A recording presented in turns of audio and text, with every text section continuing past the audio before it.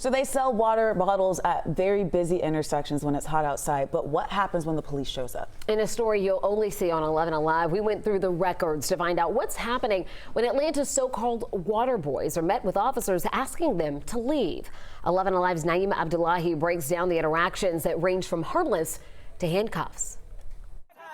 Get your mama car. My money right now. Your money. I'm telling you, I'm not asking my sister. This is what it looks like when Atlanta police interact with teens selling water bottles on street corners.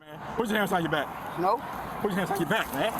Man, get off me, bro. The first incident, a 19-year-old with a water cooler refusing to leave. You took it to this level. Right, y'all take it to the level. Don't take me. I'm calling my sister. Don't take me. Come on. Let me go. Hey, let me go. In the second video, a minor offers to get up and leave the street corner. My response is a complete failure of the system. Civil rights attorney Gerald Griggs says these types of interactions can be so damaging in the long run. Let me go!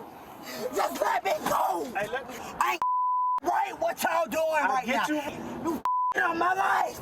This particular young person is telling the law enforcement, you're ruining my life, and they actually are, because if he's charged with obstruction, felony obstruction, or any of the other offenses, it's going to go on his record, and then he won't be able to do other things. And so it could have gone left real quick too, right? Absolutely. All it would have taken was, a struggle, some kind of way they believed that he potentially was doing violence, and it could have escalated to tasing and ultimately potentially a police-involved incident. Put your hands on your back!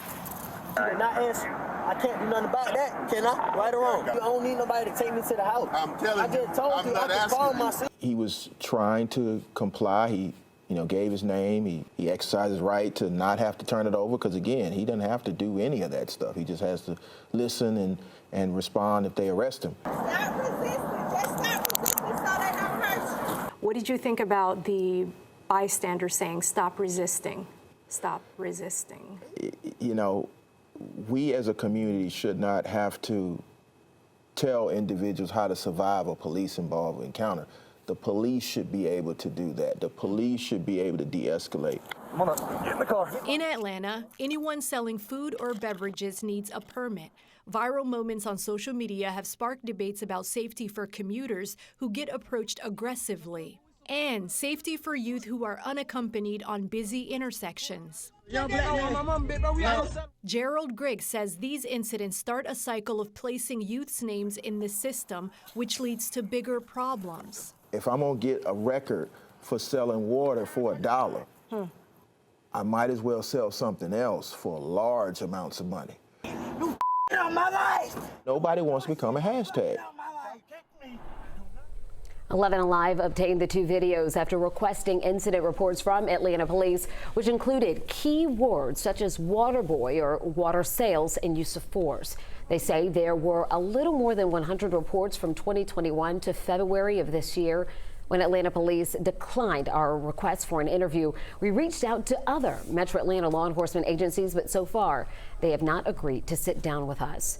Naima has done several stories on solutions to help these young entrepreneurs. You can see more of her reporting right now on 11alive.com.